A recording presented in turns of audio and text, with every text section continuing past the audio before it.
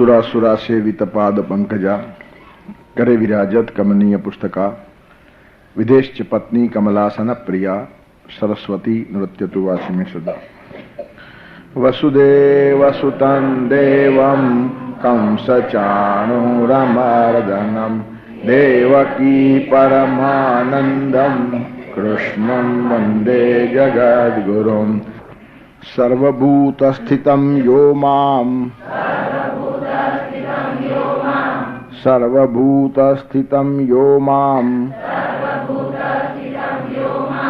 भजत्येकत्वमास्थितः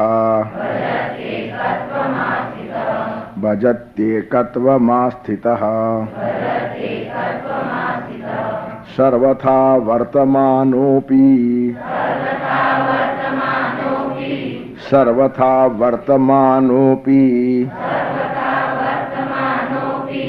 सयोगी मयि वर्तते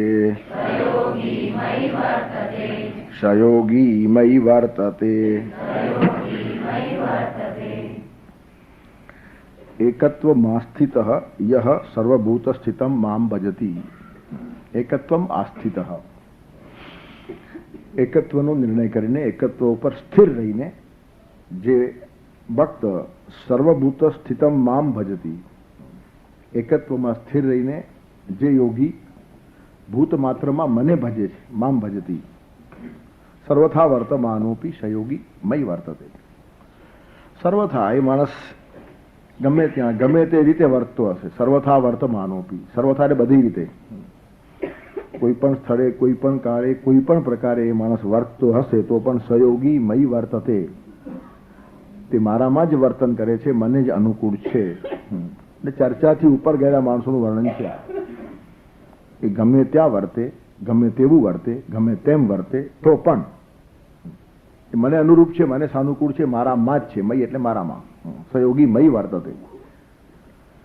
બહુ મોટું લાયસન્સ અહીંયા ભગવાને આપ્યું છે આ માણસને કે ચર્ચાથી ઉપર ગયેલા માણસો, જેના માટે ચર્ચા કરવાનો કોઈને અધિકાર નહીં, આ એકદમ ભગવાનના અંગત વર્તુળમાં આવી ગયેલો માણસ. જેમ નોકર ચાકરો પરસ્પર આપસમાં એકબીજાની ચર્ચા કરે, પણ શેઠાણીની ચર્ચા કરવાનો કોઈ નોકરને હક નથી, તો શેઠ લાત પાડીને કાઢી નાખે. તેવી રીતની કક્ષા આ ભક્તની છે. પરમાત્મા જોડે પરણી ગયેલો માણસ, એના માટે કોઈ પણ માણસ અસ્તવ્યસ્ત બોલી શકે નહીં. બાકી તમે અંદર અંદર કમ્પેરિઝન કરો, પણ કેટલાક માણસો એવા હાઈટ ઉપર ગયા છે કે એની સામે તમે જો વાંકી નજર કરો તમારી આંખ ફૂટી જાય. એની જવાબદારી ભગવાન લે. સમર્થાચી હાશેવ કા વક્રપા હે અસા સર્વ ભૂમંડલ ઈ કોણ આય. પરમાત્માને અત્યંત સંતોષ છે આ માણસના જીવન વ્યવહારથી. અને પરમાત્મા તેને સર્ટિફાઈ કરે ને, તેને ડિસ્કોલિફાઈ કરવાની કોની હિંમત છે? આ માણસ બરાબર છે, તેના નીચે ભગવાનની સહી જોઈએ. આપણે દુનિયાભરની સહીઓ લેવાની કરીએ છીએ. અમે બરાબર છીએ એમ કહેવા માટે કેટલા લોકો સહીઓ લેતા હોય, પણ સહી કરનારો પણ બરાબર છે કે નહીં કોને ખબર? આપણને જે બરાબર કે તે પોતે જ બરાબર છે કે નહીં? ત્યારે ખરી સહી કોની? પરમાત્માની. એટલે આ માણસના જીવન વ્યવહાર ઉપર ભગવાને પોતાના હસ્તાક્ષર કર્યા છે. સર્વથા વર્તમાનોપી સહયોગી મય વર્તતે. અતિશય ઊંચી અવસ્થા ઉપર ગયેલો, પણ ઉપરની લીટીમાં એનું વર્ણન છે. ઉપરની લીટી આવી હોય તો જ નીચેની લીટીનો અધિકાર છે. એકત્વમાં સ્થિત સર્વભૂત સ્થિતમ યો મામ ભજતી. એકત્વમાં સ્થિર થઈને ભૂત માત્રમાં રહેલા મને જે ભજે છે તેને આ અધિકાર મળે છે, બધાને નહીં. અહીંયા ભજનનો એક જુદો અર્થ પરમાત્મા કરે છે. ભજતી, આપણને ભજન એક જ ખબર છે, આપણે ગાઈએ તે ભજન. એકાંતમાં ગાઈએ, લોકાંતમાં ગાઈએ, મંદિરમાં જઈને ભગવાનની સામે ગાઈએ. ભજનની આપણી વ્યાખ્યાઓ બહુ લિમિટેડ છે. કોઈ કે શબ્દો ગોઠવી નાખ્યા અને આપણે ગાતા હોઈએ, ભજન ચાલે. શું ચાલે છે? ભજન કીર્તન ચાલે છે. એ ભજન નથી એમ નહીં, પણ એટલું જ ભજન સીમિત નથી. એના કરતાં મોટી વ્યાખ્યા ભજનની ભગવાન આજે આપે છે કે એકત્વમાં સ્થિર થયેલો માણસ આ પ્રાણી માત્રમાં રહેલા મને ભજે છે. સર્વભૂત સ્થિતમ, ભૂત માત્રમાં હું સ્થિત છું, સર્વભૂતોમાં. જગતમાં એક પણ પ્રાણી એવો નથી જેમાં પરમાત્મા નથી. તેથી એકત્વનો જેનો નિર્ણય પાકો થયો છે. પરમાત્મા એક જ છે એ જેને ખબર છે, જેનો નિર્ણય પણ એક જ છે, પણ એ જ પરમાત્મા ભૂત માત્રમાં વસે છે, આવી જેની વ્યાપક દ્રષ્ટિ થઈ છે. અને પછી આ માણસ ઉલટું સુલટું વર્તી જ કેમ શકે? સર્વથા વર્તમાનોપી સહયોગીમય વર્તતે. એ માણસ ગમે તેમ વર્તે તો પણ છૂટ. એનું કારણ ઉપરની લીટીમાં કહ્યું જ છે કે એ માણસ ગમે તેમ વર્તી શકે જ નહીં. એનું કારણ પ્રત્યેકમાં જે પરમાત્માને જોતો હોય તે આડોવડું વર્તે કેવી રીતનું. પ્રાણી માત્રમાં પરમાત્મા જોવાની હિંમત. તેથી એકલા બેસીને ભજન કરો, કબૂલ. મંદિરમાં બેસીને પરમાત્માની સામે ભજન કરો, કબૂલ. એ ભજનની સહેલી પ્રક્રિયા છે અને આ ભજન બહુ અઘરું છે. આ વ્યાપક સાધના છે, આ બહારની સાધના છે, આ વિશ્વાત્મક સાધના છે. અને આ જે સાધના છે ને તે બારી બારણા બંધ કરીને થતી નથી, ખુલ્લા આકાશ નીચે થાય છે. આ બહુ મોટું ભજન છે. આપણે બારી બારણા એટલા માટે બંધ કરીએ કે બહારની કંઈ ગરબડ અંદર આવી ન જાય. સાધના છે એક પ્રકારની, ખોટું નથી. સુચૌ દેશે પ્રતિષ્ઠાપ્ય સ્થિરમાસનમાત્મન ગીતા જ કહ્યું છે. સુચૌ દેશ, પવિત્ર દેશમાં બેસીને સાધના કરો એ પ્રાથમિક અવસ્થા છે. ભગવાન સિવાય કોઈ ઘૂસી ન જાય એટલે આપણે બારી બારણા બંધ કરીએ. પણ આને ખબર છે કે ભગવાન સિવાય કશું છે જ નહીં, ઘૂસવાની વાત ક્યાંથી આવે. બારણાની અંદર પણ એ જ છે ને બારણાની બહાર પણ એ જ છે, પછી બારણા બંધ ક્યાં કરવાના? તેથી બારણા બંધ કરવાના આ અધૂરી કક્ષા છે. જેને હજી આટલો જ ભગવાન દેખાય છે, પૂરો ભગવાન દેખાતો નથી, તેને એમ ડર લાગે કે ભગવાન સિવાયનું કંઈ ઘૂસી ન જાય.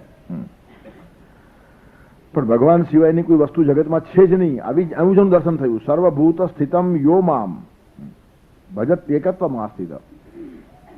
પરમાત્મા એક જ છે, આ નિર્ણય જેનો પાકો થયો છે, પણ તે બધે જ વ્યાપક છે, આ પણ જેને ખબર પડી છે. સર્વભૂત સ્થિતમ.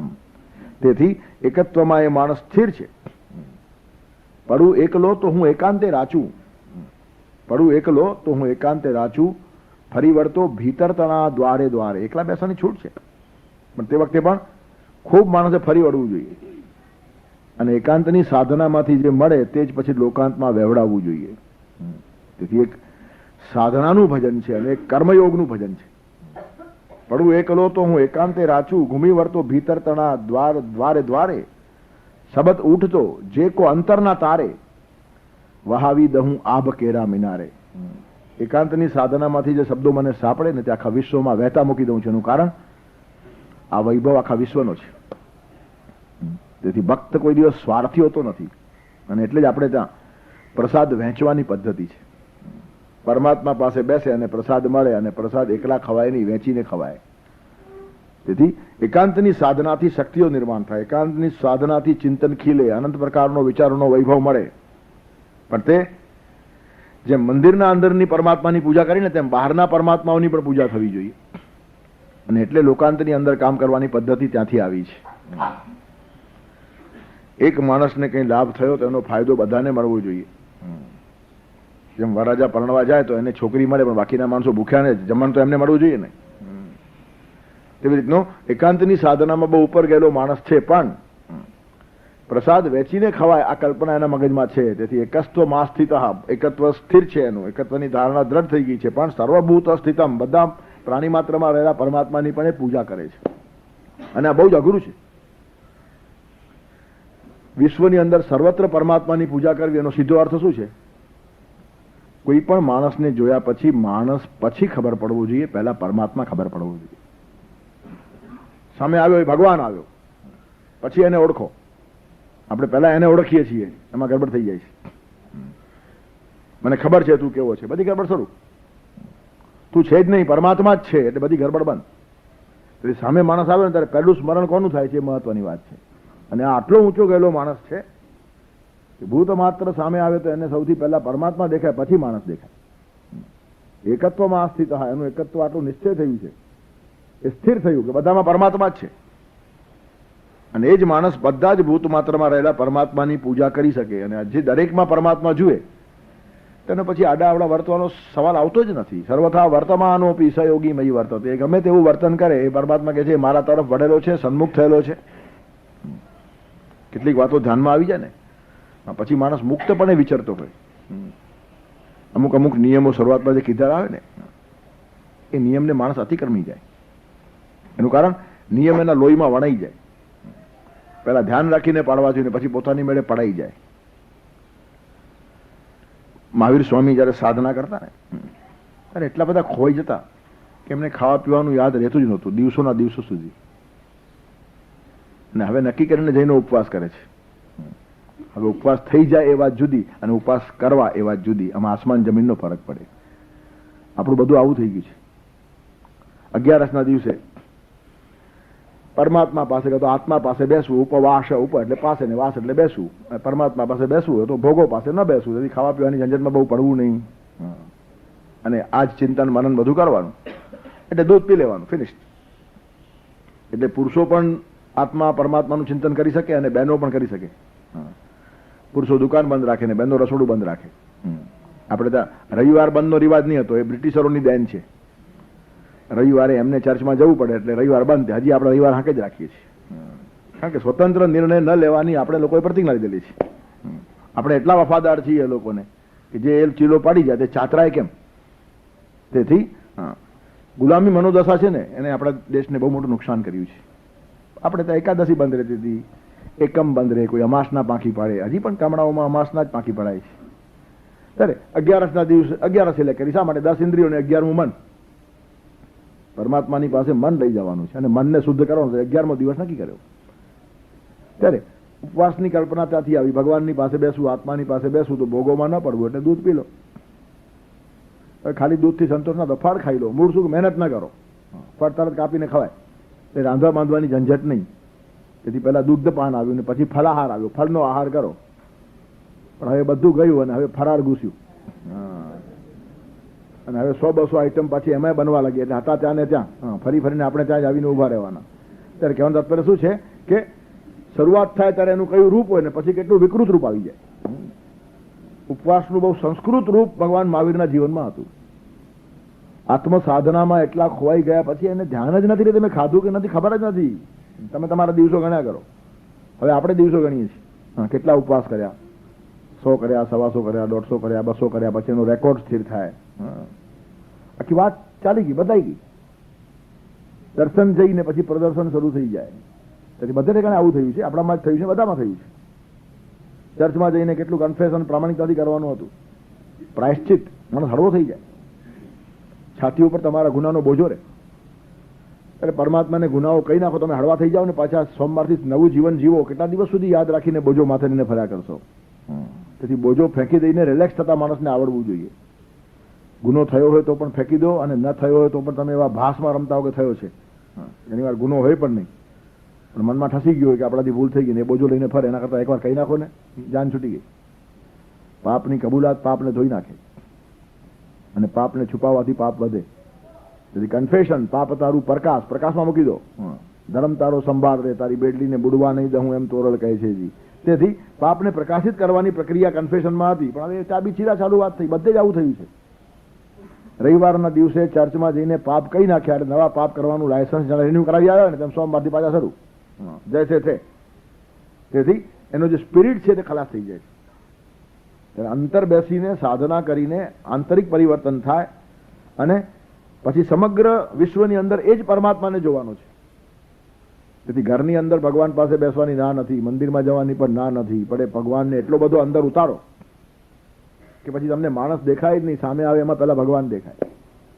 એટલે પછી આડાઅવડા બધા વિચાર બંધ થઈ જાય અને એનો પ્રભાવ પડે. હા, તમે સામેના માણસને ભગવાન સમજો એટલે એનો પડઘો પડ્યા વગર રહે જ નહીં, અને તમે સામેના માણસને શૈતાન સમજો તો એનો પણ પડઘો પડ્યા વગર નહીં રહે. તમે કોઈ માણસને કહો તું હરામી છે એમ, તો હવે દેખાડું કેવો હરામી છું તે, એટલે મા હરામી થાય, આગળ એક મા લાગી જાય. અને તું તો બહુ સારો માણસ, સજ્જન છે, અને તારા માટે મને બહુ માન છે, આખું વર્તન બદલાય એમ, મારા માટે માન છે, અને હું તો કેવો હલકો છું. તે ધીરે ધીરે માણસ બદલવા લાગે. આ બધા પ્રયોગો ભારતમાં થઈ ચૂક્યા છે. તેથી ખરાબ માણસને પણ ખરાબ કહેવાની રીત આપણે ત્યાં નથી. સર્વભૂતસ્થ આત્માન, ભૂત માત્રમાં પરમાત્મા છે. પેલા પરમાત્માને જુઓ ને તો ખરાબ માણસને પણ સુધરવાની તક મળે, અને શૈતાન જોવાનો પ્રયત્ન કરો તો સારા માણસને પણ બગડવાની તક મળે. હવે ખરાબને સુધારવો છે કે સારાને બગાડવો છે નક્કી કરો. સારો માણસ સારું વર્તતો હોય અને ક્યાંક ચૂકી જાય, એકાદ ભૂલ થઈ જાય, હવે તેના ઉપર પિન પોઈન્ટ કરીને તમે એને ફટકારા કરો તો બાકીના બધા જ એના ગુણો ધોવાઈ જાય. તેથી તમારું આઉટલુક જે છે તે નેગેટિવ હોય તો કેટલું બધું નુકસાન થાય. 90% સારો માણસ, 10% ખરાબ હોય, પણ 10% ઉપર તમે જોર આપો ને તો એના બિચારા 90% ધોવાઈ જાય. ન ખબર પડતા કેટલા પાપો આપણે કરી નાખીએ છીએ. તેના 90% ખરાબ માણસ હોય પણ એના 10% તમે સારા જુઓ ને તો એ સારા માટે એને એટલો બધો આનંદ થાય, એટલું પ્રોત્સાહન મળે કે એ વાતને ધીરે ધીરે વધારતો જાય તો 20% સારા થાય, 30% સારા થાય, એમ કરતા કરતા એના 90 ક્યારે ધોવાઈ ગયા એ પણ ખબર ના પડે. તો સામેના માણસને બદલી નાખવાની આ શ્રેષ્ઠ પ્રક્રિયા છે. Technique of auto suggestion psychology એને કહે છે આત્મસૂચન. આત્મસૂચનથી માણસ બદલે. એનું કારણ પ્રત્યેક માણસને એપ્રિસિએશન જોઈએ છે, પ્રોત્સાહન જોઈએ છે, વખાણ જોઈએ છે. સ્તુતિ ન ગમતો હોય તેવો માણસ નથી. અને સ્તુતિ કરવા જેવું દરેકમાં કંઈક હોય છે, શોધી કાઢતા આપણને આવડવું જોઈએ. કોઈ માણસ સંપૂર્ણ દુર્ગુણોનો ભંડાર નથી અને કોઈ માણસ સંપૂર્ણ સદગુણી પણ નથી. કાળા ધોળા તંતુઓથી વણાયેલો આ જીવન પથ છે. ક્યાંક કાળાશ ઓછી હોય, ક્યાંક કાળાશ વધારે હોય, આટલું જ. એટલે સારા માણસો ઓછા ખરાબ હોય છે અને ખરાબ માણસો ઓછા સારા હોય છે, આટલું જ કહી શકો તમે. કોઈ જ માણસ સંપૂર્ણ સારો છે એમ કેવું અતિશય અઘરું છે. તેથી કહે છે સંપૂર્ણ જગતમાં એક જ ઈશ્વર, માનવ માત્ર અધૂરા. માત્ર શબ્દ અંડરલાઈન કરવા જેવો છે. પ્રત્યેક માણસમાં કંઈક ને કંઈક અધૂરાશ હોય જ છે. તેથી તો એ માણસ છે.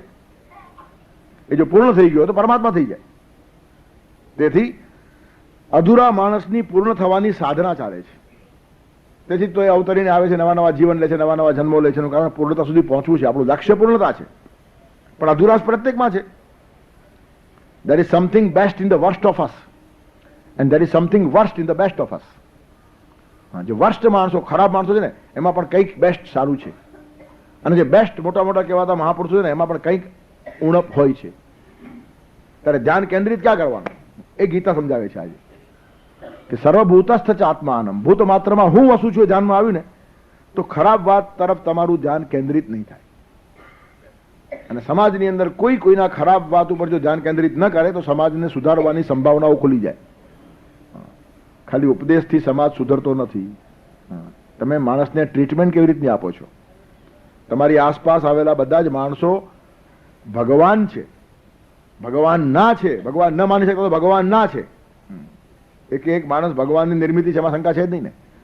ત્યારે ભગવાન બધામાં છે, જોવાની હિંમત ન હોય તો બધા ભગવાન ના છે આટલું જોઈ શકાય. અને બીજું, આપણી આસપાસ એ માણસો આવ્યા એટલે ભગવાને મોકલા તેથી આવ્યા ને. કરોડો અબજો માણસ છે, એમાંથી આટલા જ માણસો આપણી આસપાસ શું કામ આવ્યા? ત્યારે ભગવાન કોઈક એક વર્તુળ બનાવે છે તો આપણા વર્તુળની અંદર કંઈ ખરાબી ન રહે તેટલી જાગૃતિ પ્રત્યેક માણસ જો જાળવે તો બધા જ વર્તુળો સારા થઈ જાય. તેથી કહેવાનું તાત્પર્ય શું છે? પ્રત્યેક માણસ ભગવાન છે, કાં તો ભગવાનનો છે અને કાં તો ભગવાને મોકલાવેલો છે. અને એ વાત ધ્યાનમાં આવે તો એમાંથી સારું શું શોધી કાઢવાનું એ જ મગજમાં આવશે, પછી ખરાબી આવે જ નહીં.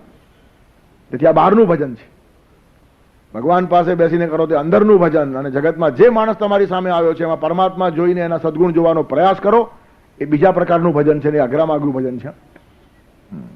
મંજીરા કૂટવા સહેલા છે. એનું કારણ એમાં ગરબડ નહીં, આપણે એકલા પણ ખાઈ શકીએ, બીજાની જરૂર જ નહીં.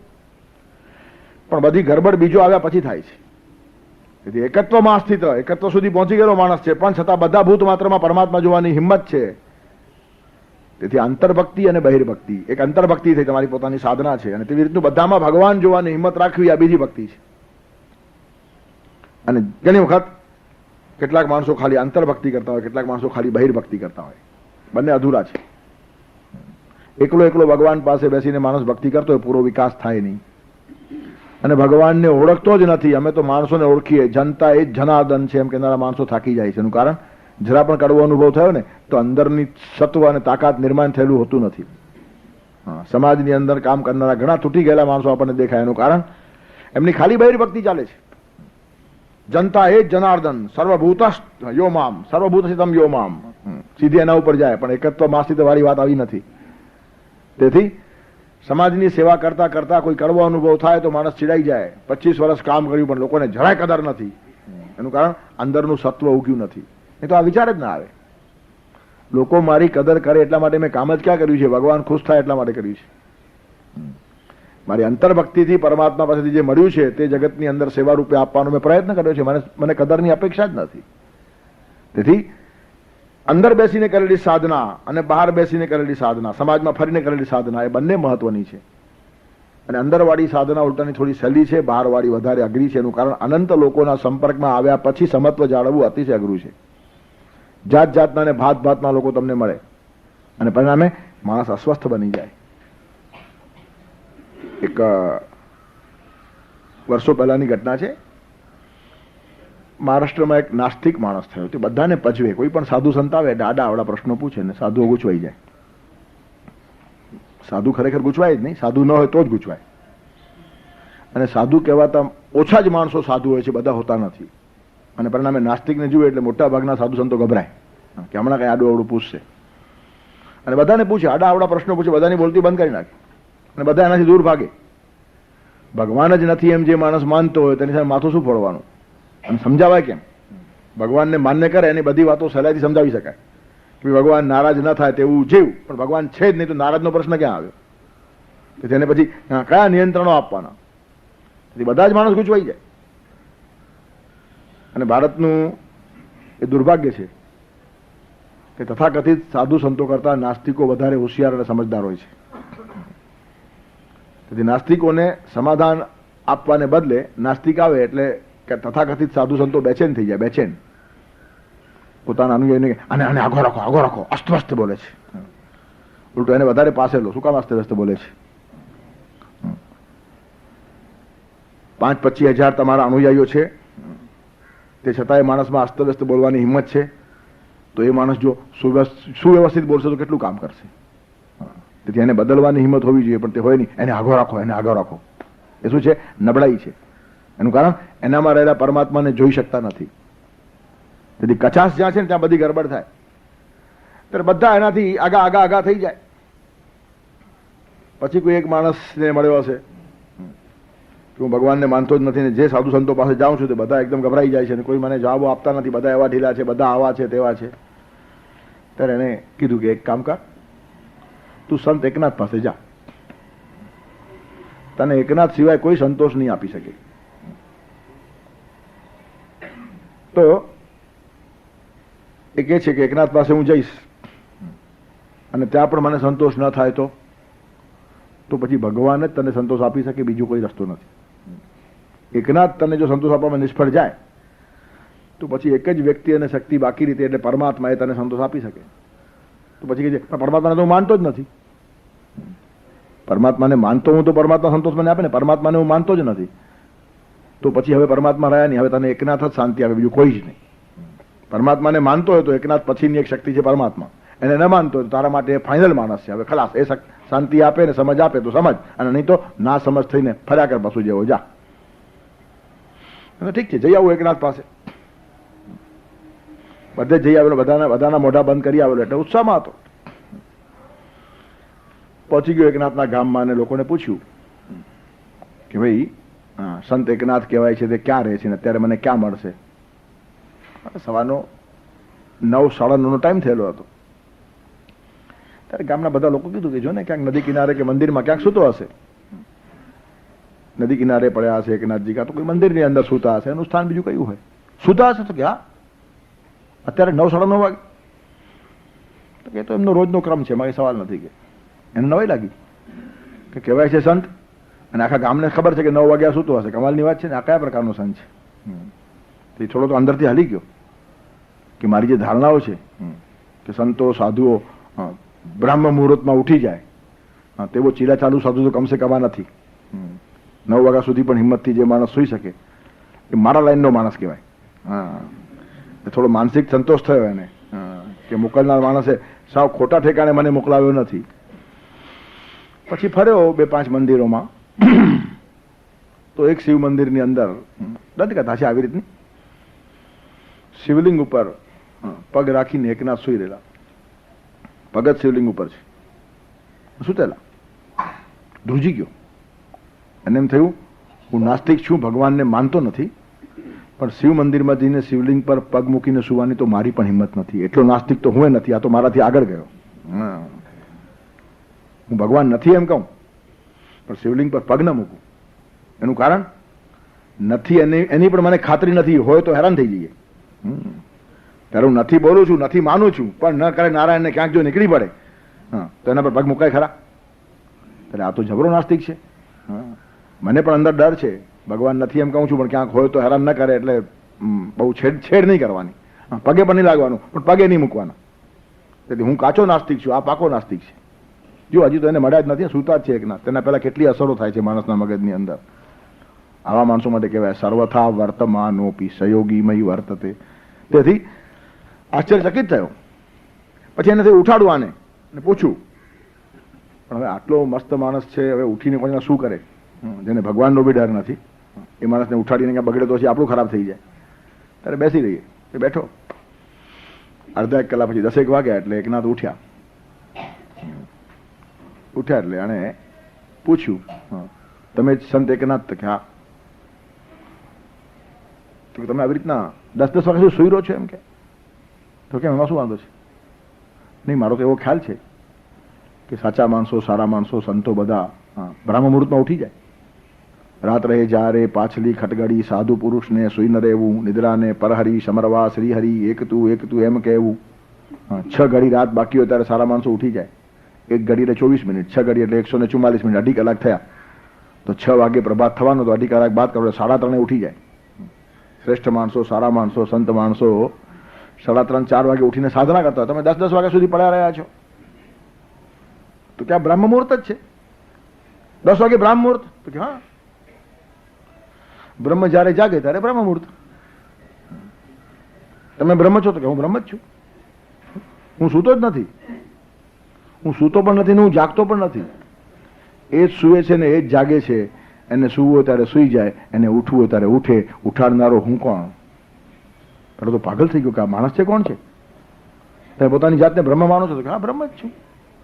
અને મારી જાતને માનું છું એમ નહીં, તારી જાતને પણ માનું છું.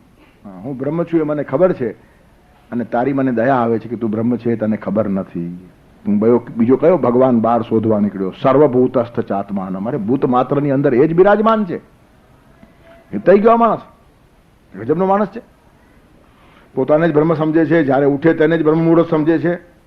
ભગવાનના શિવલિંગ ઉપર પગ મૂકીને સુઈ જતા પણ જેને કોઈ જાતનો આંચકો આવતો નથી. ત્યાર પછી કહે છે કે ઠીક છે, આવે છે તો બેસ, આપણે બંને ભેગા બેસીને જમીએ. હું જરા રસોઈ બનાવી નાખું. પેલા માણસને કહે છે એકનાથ. જઈને જરાક ભિક્ષા માગી આવ્યા ગામમાંથી, પછી લોટ બોટ બાંધીને કંઈ બાટી ગરમ કરીને કે આપણે 2 જણા ખાઈએ. રોટલીઓ બનાવી, એને પીરસી, પોતાની થાળીમાં પીરસી. એટલામાં એક કૂતરો રોટલી લઈને ભાગ્યો. એટલે એકનાથ એની પાછળ દોડ્યા. પહેલાં થયું કે આ મોટી મોટી વાતો કરે છે ને કૂતરો રોટલી લઈ ગયો તો એનો જીવ ટૂંકો થઈ ગયો, પાછવાડે ભાગે છે. તે કૂતરો ભાગતો ગયો. 1.5 માઇલ સુધી એની પાછળ જઈને કૂતરાને પકડીને પાછા લઈ આવ્યા. અને કહે છે ભગવાન તમને ખબર તો છે કે ઘી વગરની રોટલી ખવાય નહીં, તો રોજ મસ્તી કરો છો, રોજ મને દોડાવો છો. સીધી રીતે ખાઈ લેતા હો તો. ઘી વગરની રોટલી મને ન ભાવે, તમને કેમ ભાવે? એમ કે રોટલી પર ઘી લગાડીને એને ખવડાવે છે. પેલો માણસ હેપતાઈ ગયો કે આ માણસને બધે જ ભગવાન દેખાય છે. ત્યારે પછી એકનાથને કીધું એને કે તમે આ શિવલિંગ ઉપર પગ રાખીને સુઈ ગયા ને એ તમારું વર્તન મને હજી સમજાયું નથી. આ બાજુ તમે કૂતરામાં ભગવાન જુઓ છો ને એને તમે રોટલી આપો છો, એના પર ઘી પીરસો છો, ને આ બાજુ શિવલિંગ ઉપર તમે પગ રાખો છો. તો કે મેં ઘણી ટ્રાય કરી, બધી બાજુ પગ રાખી જોયા, પણ શિવલિંગ કોઈ ઠેકાણે ન હોય એવી જગા જ મને મળી નહીં. તું શોધી આપતો વાત જુદી છે. તેથી બધે જ પરમાત્મા છે. હું જ્યાં પગ રાખીશ ત્યાં. આપણે જાત જાતની વાતો નક્કી કરી છે કે આમ શું ને તેમ શું. તમે જ્યાં પગ રાખો ત્યાં પરમાત્મા નથી. જ્યાં તમે પગ જે દિશામાં રાખશો, એનું કારણ અણુ પરમાણુમાં જે વ્યાપ્ત છે. ત્યારે નાસ્તિકને એમ થયું કે હું નાસ્તિક છું જ નહીં, મને નાસ્તિકતાનો ખાલી કેપ છે કારણ વગરનો. આ માણસને તમે આસ્તિક કહો કે નાસ્તિક કહો, એ બંનેથી ઉપર ગયેલો માણસ છે. સર્વથા વર્તમાનોપી સયોગીમય વર્તતે. તેથી બહુ ઊંચી કક્ષાના માણસો છે. એ માણસમાં પણ એમને ભગવાન જોયો. રસોઈ રાંધીને પોતે એને જમાડે છે. જે માણસ નાસ્તિક થઈને એમને પજવવા આવેલો તે જ માણસને એ પ્રેમ કરતા હતા. તેથી પેલા માણસનું આખું હૃદય પરિવર્તન થઈ ગયું. એનું કારણ એકનાથે એનામાં ભગવાન જોવાનો પ્રયત્ન કર્યો. એનામાં નાસ્તિક જોયો હોત, બદમાશ જોયો હોત, ચાવડો માણસ જોયો હોત તો એ માણસ સુધરત નહીં. એનું કારણ તમે જેવો સાદ આપો છો તેવો પ્રતિસાદ મળે છે. Action and reactions are opposite and equal. તેથી આઘાત અને પ્રત્યાઘાત સરખા હોય છે. જેવા પ્રકારનો તમે આઘાત કરો ને તેવો પ્રત્યાઘાત થાય.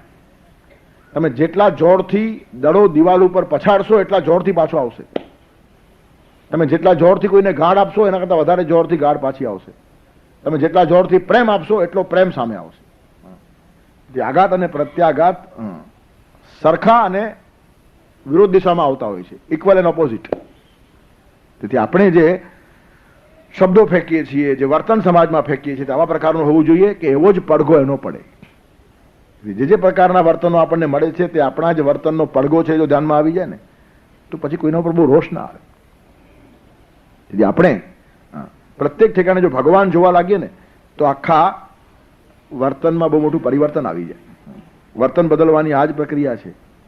પ્રત્યેક માણસમાં રહેલો સારો અંશ છે, પરમાત્માનો અંશ છે. ત્યારે પહેલા માણસને જુઓ જ નહીં, પહેલા પરમાત્માને જુઓ, અને પછી પરમાત્માએ આ માણસનું રૂપ લઈને જાત જાતના ખેલ કરે છે. આ જુઓ ને એટલે તમારો ઘણો બધો રોષ ચાલી જાય. આ માણસ આવો કે માણસ છે જ નહીં, પરમાત્મા છે. અને આવા પ્રકારનો રોલ લઈને પરમાત્મા આવ્યા છે. પરમાત્મા બધા પ્રકારના પાર્ટ કરે. રામા અવતારમાં એમનો રોલ જુદો અને કૃષ્ણ અવતારમાં જુદો. દશરથનું વચન પાલન કરવા માટે રામ વનમાં જાય, કૃષ્ણ જાય કે નહીં કોને ખબર. અને ન જાય તેવી દશરથની પાછી ઈચ્છા હતી. દશરથ રામને કહે છે કે બધી વખત તું મારી આજ્ઞાઓ માને છે, આજે મારી ઈચ્છા છે એકવાર મારી આજ્ઞા ન માને. એનું કારણ આ ખોટી આજ્ઞા છે. છતાં રામે એનો લાભ લીધો નહીં. એનું કારણ રોલ નક્કી છે. મર્યાદા જગતને શીખવા માટે આવેલા છે, એક પણ મર્યાદા તોડે નહીં. મર્યાદા પુરુષોત્તમ રામ. અને કૃષ્ણે કેટલી મર્યાદાઓ તડાતડ તોડી નાખી છે. એનું કારણ એનો રોલ જુદો હતો. એ બંનેની ભૂમિકાઓ જુદી છે. તેથી રામ મોટા કે કૃષ્ણ મોટા, કહેવાનું તાત્પર્ય શું છે કે જે પાર્ટ લઈને આવે ને એ પાર્ટ ભજવે. ત્યારે આપણી આજુબાજુ બધા જ ફરનારા માણસો પરમાત્માના અલગ અલગ સ્વરૂપો છે અને એમને મળેલો રોલ ભજવે છે. આ ધ્યાનમાં આવી જાય ને તો રોષ ઘટી જાય અને પરિણામે ઘણી સુધરવાની ક્ષમતાઓ નિર્માણ થાય, આપણામાં પણ ને એનામાં પણ. તેથી માણસને બદલવાની આ જ પ્રક્રિયા છે. તમે એના સદંશ અને શુભાંશને જુઓ અને એનું એપ્રિસિએશન થાય અને સારી વાતો વધતી જાય ને તો ખરાબ માટે જગા જ ન રહે. હું હંમેશા એક ઉદાહરણ આપું છું. ટ્રેનની અંદર ભીડ હોય ને, બાંકડા ઉપર 3 માણસો બેસે પણ ચોથો રિક્વેસ્ટથી બેસે, એને રિક્વેસ્ટ સીટ કહેવાય. હવે 3 માણસો સારા હોય તો ચોથાને બરાબર સમાવી લે, પણ 3ની ઈચ્છા ન હોય તો એવા પોળા પગ કરે કે ચોથાને એમ થાય કે બેસવા કરતા ઉભા રહેવું સારું, આવડી આમથી જગ્યા આપે એટલે બેસાય જ નહીં. તેથી ન બેઠા કે ન ઉભા એવી હાલત કરતા ઉભા રહેવું સારું, એમાં વધારે આરામ મળે. હવે ટ્રેનમાં આવું કરવા જેવું નથી. બીજાને સમાવી દેવું છે. પ્રત્યેક માણસ છે, થાકી જાય માણસ ઉભા. ત્યારે શક્ય એટલા માણસોને એકોમોડેટ કરવા આપણી ફરજ છે. પણ જીવનમાં આ વાત અપનાવવા જેવી ખરી. સદગુણો છે ને, સદગુણો એના પગ એટલા પોળા કરી નાખો કે દુર્ગુણને બેસવા જગા જ ન રહે. જેટલા સદગુણો આપણા જીવનમાં ફેલાઈ જાય, સારી વાતો જેટલી ફેલાઈ જાય ને તેટલા દુર્ગુણો ધીરે ધીરે નીકળી જાય. ત્યારે કોઈ પણ માણસમાં સદંશ જોવા મળે, સારી વાત જોવા મળે તો એનું એપ્રિસિએશન કરીને એને કેમ વધારતા જાઓ કે એને ખરાબ માટે ટાઈમ જ ના રહે. એ નવરો પડે તો દારૂ પીવા જાય ને એને એવા કામમાં લગાડી દો કે એની પાસે દારૂ પીવા જ ટાઈમ ન હોય. મને ગીતા વાંચવા ટાઈમ નથી એમ કહેનાર માણસને એવો રસ લગાડો કે ગીતામાં એટલો તલ્લીન થઈ જાય કે દારૂ પીવા એને ટાઈમ પણ ના રહે ને દારૂ યાદ પણ ના આવે. આ જે પ્રક્રિયા છે ને પોઝિટિવ પ્રક્રિયા છે. તું દારૂ ન પી એમ કેવું જ ન પડે, એ જ કે મને ટાઈમ જ ક્યાં છે જવા માટે. તેથી આવી રીતનું જે પરિવર્તન છે ને ક્યારે થાય? સર્વભૂત સ્થિતમ યો મામ. ભૂત માત્રની અંદર પરમાત્મા દેખાય ને તો બધા જ માણસો આ રીતે વર્તવા લાગે. અને એક ખરું ભજન છે. તેથી એક અંદરનું ભજન ને એક બહારનું ભજન, બંને ભજનોની અપેક્ષા છે. આજે ભગવાન જરા અઘરું ભજન કહે છે. પહેલું સહેલું ભજન છે.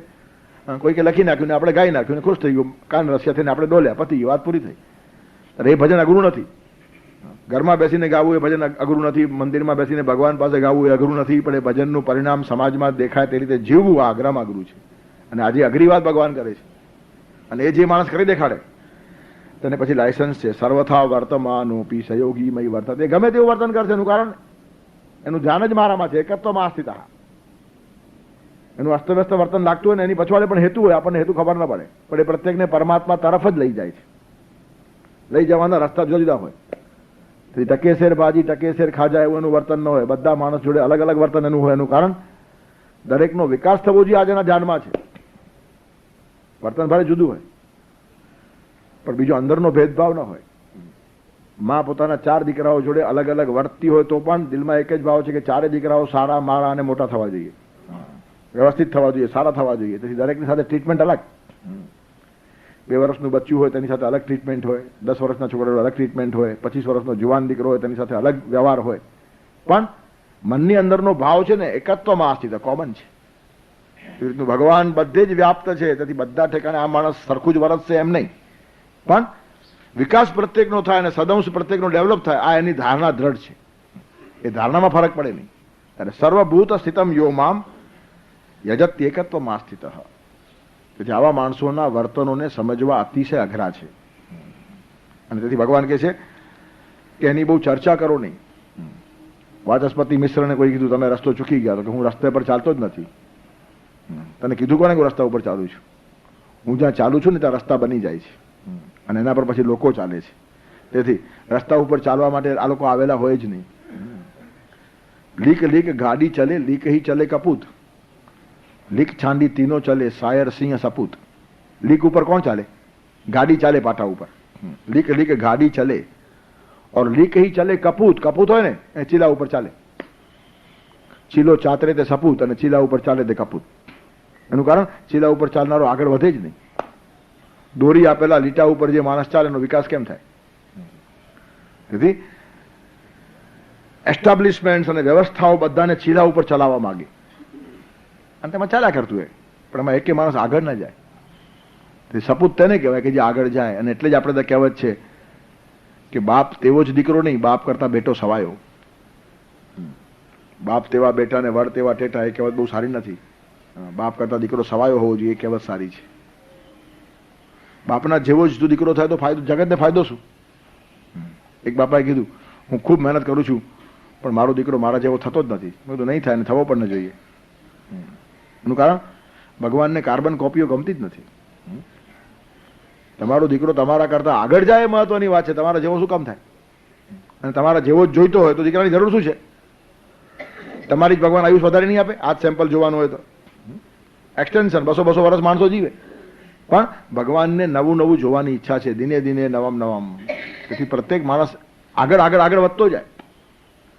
ત્યારે ચીલા ઉપર જે માણસ ચાલે ને તે મોટો માણસ નહીં. ત્યારે લીક લીક ગાડી ચાલે, ગાડી લીક ઉપર પાટા ઉપર ચાલે. લીક હી ચલે કપૂત, કપૂત હોય ને તે લીક ઉપર ચાલે.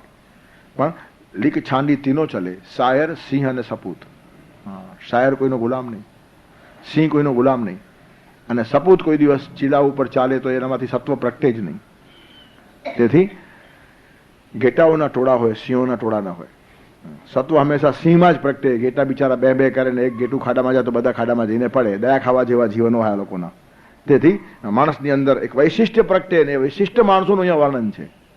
એ લોકો ચીલો ચાતરીને ચાલતા હોય તો પણ ભગવાન કહે છે એ લોકો મારા તરફ જ આવે છે. સર્વથા વર્તમાનોપી સયોગીમય વર્તતે. તેથી વાચસ્પતિ મિશ્ર કહે છે કે અધિપતિ વિપથે વા વર્તયામસ પંથ. અમે રસ્તે હોઈએ કે રસ્તો છોડીને ચાલતા હોઈએ, અમે ચાલીએ છીએ તે જ રસ્તો. શાસ્ત્રો બિસ્ત્રો વાંચીને જીવવું જોઈએ, આ સામાન્ય વાતો છે અને કરવું જ જોઈએ માણસે. તસ્માત શાસ્ત્રમ પ્રમાણમ, ગીતા બી કહે છે. તો પછી એક અવસ્થા એવી આવે કે માણસ જે બોલતો જાય તમે લખતા જાઓ તો એ શાસ્ત્ર બની જાય. શાસ્ત્ર વાંચીને જીવવાની એની જરૂર નહીં. તફાવત એટલો તારી અને મારી વચ્ચે જાહિદ વિચારીને તું જીવે છે, હું જીવીને વિચારું છું. શાયર કહે છે પેલાને, ધર્મગુરુને કે ધર્મગુરુ તારામાં ને મારામાં આટલો ફરક છે, તું વિચારીને જીવે છે અને હું જીવું છું અને પછી વિચારું છું, માટે રોજ નવું નવું આપી શકું છું. તું શાસ્ત્રો પકડીને બેઠો છે, તેથી પોથી કરતા આગળની એક પણ વાત તું કહી શકતો નથી.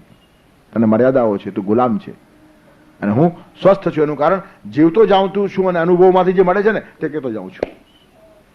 ત્યારે આ બધા સ્વતંત્ર રીતે જીવનારા માણસો સર્વથા વર્તમાનો બી. પણ એમની એક વાત નક્કી થયેલી છે ધારણા કે પરમાત્મા બધામાં છે. તેથી ગમે તેવું વર્તન હશે, આપણને આડું અવડું લાગતું હોય તો પણ એમાં આડું અવડું હોતું નથી. આપણને આડું અવડું લાગે. હમણાં એક મોડર્ન આર્ટ નીકળી છે, એમાં આમ તેમ ગમે તેટલા પીછાઓ મારેલા, આપણને કાંઈ દેખાય નહીં, પણ જે જાણકારોને બધું દેખાય. આપણને ખાલી આડું અવડું દેખાય, પણ એ આડું અવડું નથી. એની અંદર કેટલું તત્વ અને સત્વ ભરેલું છે એના માટે જાણકાર આંખ જોઈએ. તેમાં માણસો આડાવડા વર્તે છે એવું લાગે, પણ એની પછવાડે કઈ મોડર્ન આર્ટ છે એ જોવાની કલા હોવી જોઈએ, કક્ષા હોવી જોઈએ માણસની. ભગવાન પોતે સર્ટિફાઈ કરે છે સર્વથા વર્તમાનોપી સયોગીમય વર્તતે.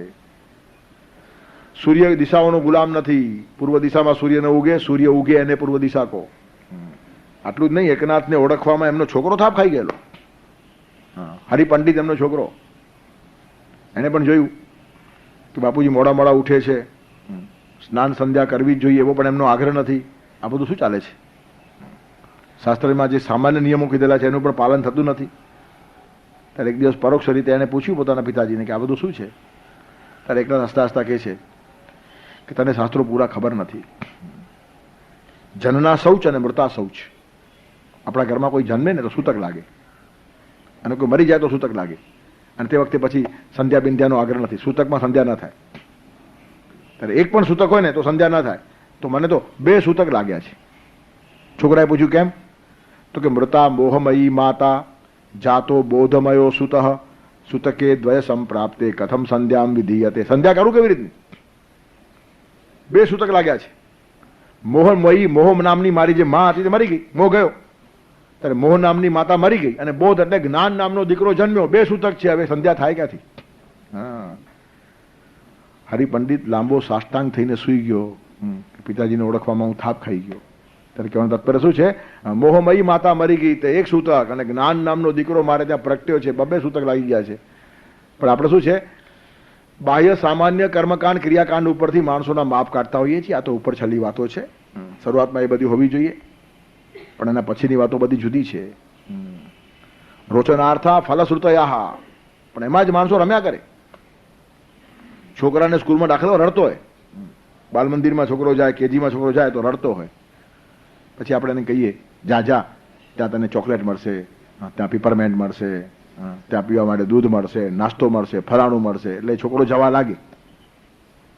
પણ એ નાસ્તા માટે સ્કૂલમાં જતો નથી, ભણવા માટે જાય છે. પણ ભણવામાં શું રસ છે તેને ખબર નથી. હજી એને નાસ્તાનો જ રસ ખબર છે. પણ ધીરે ધીરે નાસ્તો છૂટી જાય, દૂધ છૂટી જાય, ચોકલેટ છૂટી જાય, પીપરમેન્ટ છૂટી જાય, અને પછી ભણવાનું જ ચાલુ થઈ જાય. ત્યારે સ્કૂલમાં જવું એટલે નાસ્તા માટે જવું એ કલ્પના પ્રાથમિક અવસ્થામાં ઠીક છે. પણ હવે ગ્રેજ્યુએટ થયા પછી એમએના ક્લાસમાં બેઠો હોય જો એમ કે હું નાસ્તા માટે જાઉં છું કોલેજમાં, તો કેવું લાગે? હાસ્યાસ્પદ છે. ત્યારે આપણે આવું થાય છે. સામાન્ય બહારની ક્રિયાઓને છેવટ સુધી પકડીને બેઠા હોઈએ છીએ. તો પ્રાથમિક આપણને એ બાજુ પ્રેરવા માટે છે. રોચનાર્થા ફલશ્રુતયા. એક છોકરો દૂધ પીતો નહીં હતો. દૂધ સમય આવે એટલે રડે, પીએ જ નહીં. પછી એના બાપુજીની ચોટલી હતી, જૂના કાળમાં ચોટલી રાખતા હતા. ત્યારે છોકરાએ બાપુજીને કીધું કે તમને ચોટલી છે ને મને કેમ નથી? ત્યારે બાપુજીને એમ થયું કે આને ચોટલીમાં રસ છે, તો હવે દૂધ પાવાનો આ ઉપાય છે. ત્યારે બાપાએ કીધું હા, દુગ્ધમ પીબ શિખાતે વર્ધિષ્યતિ. દૂધ પી તો તારી ચોટલી વધશે. તે દિવસથી એ દૂધ પીવા લાગ્યો. હવે દૂધને ચોટલીને કાંઈ સંબંધ નથી. દૂધ પીવડાવવાને માટે ચોટલી વધશે એમ કેવું પડે, તેમ આપણને ભગવાન તરફ વાળવાને માટે કેટલીક સામાન્ય વાતો કીધી હોય, એમાંથી આપણે જિંદગીભર બહાર જ આવતા નથી. ત્યારે વાસ્તવમાં આ લોકો બહુ ઉપર ગયેલા માણસો છે, સમજદારી વધી ગઈ છે. ત્યારે સામાન્ય વર્તનો, સામાન્ય એથિક્સ, સામાન્ય નીતિ નિયમો કાં તો સામાન્ય એટિકેટ શરૂઆતમાં કેવી પડે એક સિસ્ટમમાં માણસને બેસાડવાને માટે, પણ પછી સિસ્ટમથી બહાર જવાનું. સિસ્ટમ તમને પ્રાથમિક તૈયારી કરી આપે, પણ પછી તમે પ્રાથમિકમાં જ રહો ને એવી અપેક્ષા ન હોય. તેથી પ્રત્યેક માણસે ધીરે ધીરે આગળ ઉઠવું જોઈએ. ત્યારે સ્નાન, સંધ્યા, આ તે બધું શરૂઆતમાં બહુ જરૂરી છે. એનાથી માણસની એક શિસ્ત કેળવાય. પણ એ કેળવાઈને એક શક્તિ નિર્માણ થઈને પછી એ શક્તિમાં છલંગ લેવાની તાકાત હોવી જોઈએ. સર્વથા વર્તમાનોપી સહયોગીમય વર્તતે. અને આવી છલંગ જ્યારે મારે ને ત્યારે પણ અસ્તવ્યસ્ત ન હોય. એની પછવાડે એક પર્પસ હોય. પર્પસ શેક્સપિયરે બહુ સરસ લખ્યું છે એક ઠેકાણે. એક માણસ ગાંડ પણ ભર્યું વર્તન કરે છે, હેતુપૂર્વક જાણી જોઈને ગાંડો થયેલો હતો. એનો કંઈક પર્પસ હતો. પછી શેક્સપિયર એક પાત્રના મોઢામાં મૂકે છે કે આ માણસ ગાંડા જેવો વર્તે છે ખરો, પણ એની પછવાડે કંઈક સૂત્ર દેખાયા કરે છે. એનું કારણ ગાંડો થઈને પણ કંઈક સાધી લેવા માંગે છે. ત્યારે દેખાય લોકોને અસ્તવ્યસ્ત વર્તે છે, પણ એને અંદરથી ખબર હોય કે મારે શું કરવું છે. ત્યારે કેટલીક વખત ગાંડા થઈ જવાનું પણ નાટક કરવું પડે. તેમાં આ માણસ અસ્તવ્યસ્ત વર્તે છે એવું લાગે, પણ એની પછવાડે એક સૂત્ર હોય, અને પરિણામે કોઈના ધ્યાનમાં ના આવે. પણ એ માણસ સૌથી વધારે હોશિયાર હોય. દુનિયા જેને ગાંડા ગણે તે હરીને મન હોશિયારજી. દુનિયાના ડાયાઓ મૂર્ખ બનતા હોય છે, અને ભગવાન પાસે જે ગાંડા થઈ જાય ને, આખા દુનિયામાં ભલે એને ગાંડા ગણાતા હોય, પણ એ માણસ આટલો બધો મહાન હોય કે પછી ભવિષ્યમાં નામ એનું જ રહે. અને લોકોએ બધા ડાયા માણસોને ગાંડા કીધા જ છે. મીરાને દીવાની જ કીધી લોકોએ, નરસિંહને પાગલ જ ગણ્યો હતો, સુરદાસને કંઈ સમજણ નહોતી એમ કહેનારા માણસો ઓછા હતા. પણ આજ લોકો પછી ડાયા નીકળ્યા. તેથી અસ્તવ્યસ્ત બહારનું વર્તન દેખાય, પણ અંદરનું સૂત્ર બહુ જબરજસ્ત હોય. કે આજનો શ્લોક એ રીતે અતિ મહત્વનો છે કે નવા પ્રકારનું ભજન ભગવાન સમજાવે છે કે મંદિરમાં બેસીને ગાઓ, એકાંતમાં બેસીને ગાઓ, પણ આ બહાર ગાવાનું ભજન છે. તમે ભજન કરો છો તે વખતે તમારી સામે જે માણસ આવ્યો ને એમાં સૌથી પહેલો પરમાત્મા દેખાય તો એ ભજન સાચું. તેથી માણસને માણસ તરીકે ન જુઓ, પરમાત્મા તરીકે જુઓ. અને પછી પરમાત્મા આ માણસના રૂપે આવીને કંઈક રોલ કરે છે, કંઈક પોતાનો પાર્ટ ભજવે છે. અને પરમાત્મા પાર્ટ ભજવતો હોય તો પછી ક્રોધ ના આવે, પછી પ્રેમ નિર્માણ થાય, પછી એમાં સારું શું છે જોવાનું મન થાય, અને સારાનું વર્ણન કરો એટલે એને પણ આનંદ આવે, ને પછી એ સારું સારું વધતું જતા રહે, એના જીવનમાં ખરાબને જગા જ ન રહે. આ પરિવર્તનની ખરી પ્રક્રિયા છે. એ સમાજ પરિવર્તન કેમ સધાય તેનું દિગ્દર્શન ભગવાને આ શ્લોકમાં કર્યું છે. ત્યારે સર્વભૂત સ્થિતમ યો મામ ભજત એકત્વમાં સ્થિત, એકત્વમાં સ્થિત, એકત્વમાં એ માણસ સ્થિર થયેલો છે, પણ ભૂત માત્રમાં રહેલા મને એ ભજે છે. અને સર્વથા વર્તમાનોપી સહયોગી મય વર્તતે, એ ગમે તેમ વર્તતો હોય. મનસૂર છે ને, મનસૂર, એને પણ લોકોએ પાગલ ઠરાવ્યો. બહુ મોટો સૂફી સંત છે, બહુ પહોંચી ગયેલો હતો. મનસૂરનું બહુ નામ મોટું, પરમાત્મા સાથે સાક્ષાત્કાર થયેલો માણસ, પણ લોકો એને ગાંડો ઠરાવ્યો. અને ગાંડો ઠરાવ્યા પછી રસ્તા પરથી ચાલે, બધા માણસો એને પથરા મારવા લાગે, બધા જ પથરા મારે, અને લોહી લુહાણ થઈ ગયો. ખરાબ માણસો પથરા મારે ને સારા પણ મારે. શા માટે ખબર છે? સારા માણસોમાં પણ ખરાબી હોય છે, પણ સારા માણસો એકલા ખરાબ થઈ શકતા નથી. ટોળામાં ખરાબી કરે એનું કારણ ટોળાને ચહેરો હોતો નથી, ટોળામાં આપણે ઓળખાઈએ નહીં. તેથી તમને ભીડમાં ઘણા સારા સારા માણસો પણ ખરાબ વર્તતા જોવા મળે. કોઈ સારો માણસ રસ્તે ચાલતા સ્ત્રીની છેડતી નહીં કરે, પણ જો ભીડ હોય ને તો એકાદ ધક્કો મારી લે. એનું કારણ આપણા ઉપર આવશે નહીં, એટલે ધક્કો મારવાની મનોવૃત્તિ તો અંદર છે જ. ત્યારે ધક્કો લાગ્યો એટલે તને અડી ગયો એમ કહેશે, એટલે કોઈ ફરિયાદ ન કરે. એનો અર્થ શું છે ખબર છે? અંદરની ખરાબી સાફ થયેલી નથી, અને એકલા ખરાબી કરવાની હિંમત નથી. ત્યારે ટોળાને ચહેરો ન હોય, ઓળખાય નહીં માણસ. તેથી ટોળામાં સારા સારા માણસો પણ પાપ કરતા હોય, અને જેને પાપ કરવું છે એને ટોળું કર્યા સિવાય છૂટકો નથી. એનું કારણ એકલું પાપ કરવાની હિંમત નથી. બહુ સૂક્ષ્મ તત્વો છે આ બધા સમજવાના. માણસની અંદર કેટલા પ્રકારની વિકૃતિઓ હોય છે. ત્યારે બધા જ માણસો પથરા મારે, લોહી લુહાણ કરે. પછી આ મનસૂરનો એક ખાસ મિત્ર હતો, હસન. એને પોતે જ પોતાના આત્મકથામાં આ વાત લખી છે કે હું પણ ભીડમાં હતો, પણ મને ખબર કે આ કેટલો મોટો માણસ છે. મનસૂર એટલે જબરજસ્ત માણસ છે, અને બધા એને પથરા મારે છે, લોહી લુહાણ થાય છે. પણ પછી હું પણ ગભરાઈ ગયો કે આ ટોળામાં બધા જ માણસો પથરા મારે છે અને હું નથી મારતો, તો આ લોકો મને કદાચ મારશે. જો અગવડ ક્યાં આવે છે. અમે એને પજવીએ છીએ, અમે એને હેરાન કર્યો, અમે એને બહિષ્કાર કર્યો, અમે એને પથરા મારે, તું નથી મારતો, તું બી એમ આવેલો જ છે.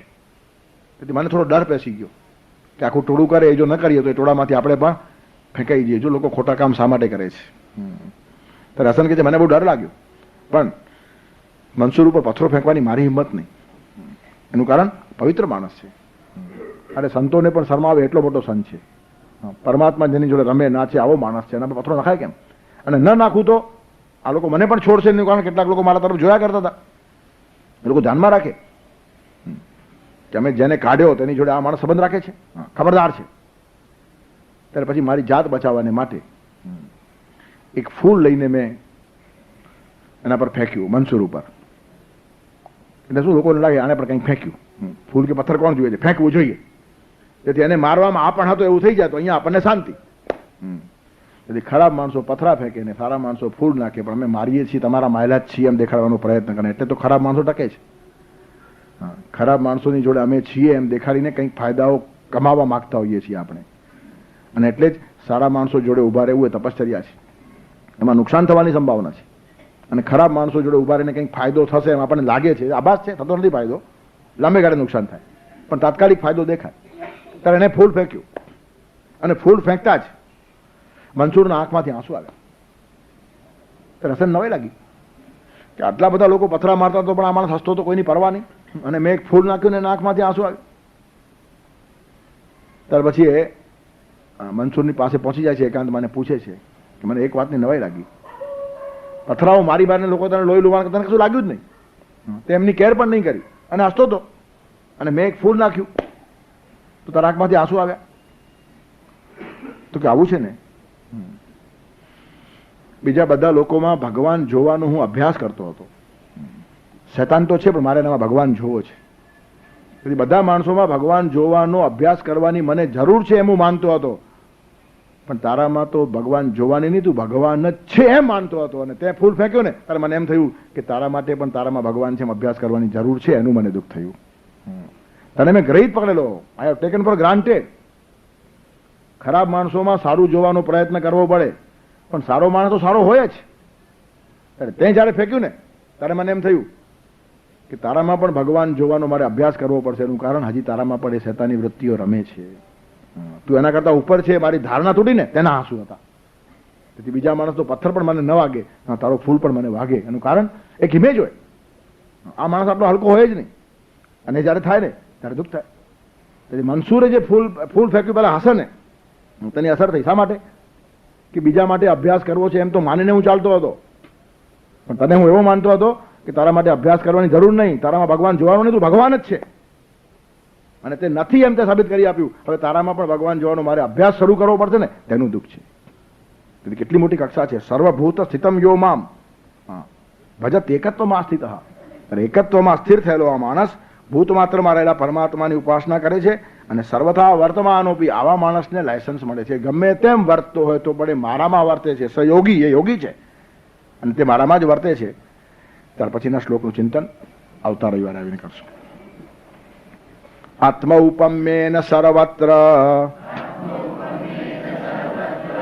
સમમ પશ્યતિ યોર્જુન સુખમ વા યદિ વા દુઃખમ સયોગી પરમો મતઃ. વસુદેવસુતં દેવં કંસચાણૂરમર્દનમ દેવકી પરમાનંદમ કૃષ્ણં વંદે જગદ્ગુરુમ. ગુરુર્બ્રહ્મા ગુરુર્વિષ્ણુ ગુરુર્દેવો મહેશ્વર ગુરુઃ સાક્ષાત પરબ્રહ્મ તસ્મૈ શ્રી ગુરવે નમઃ.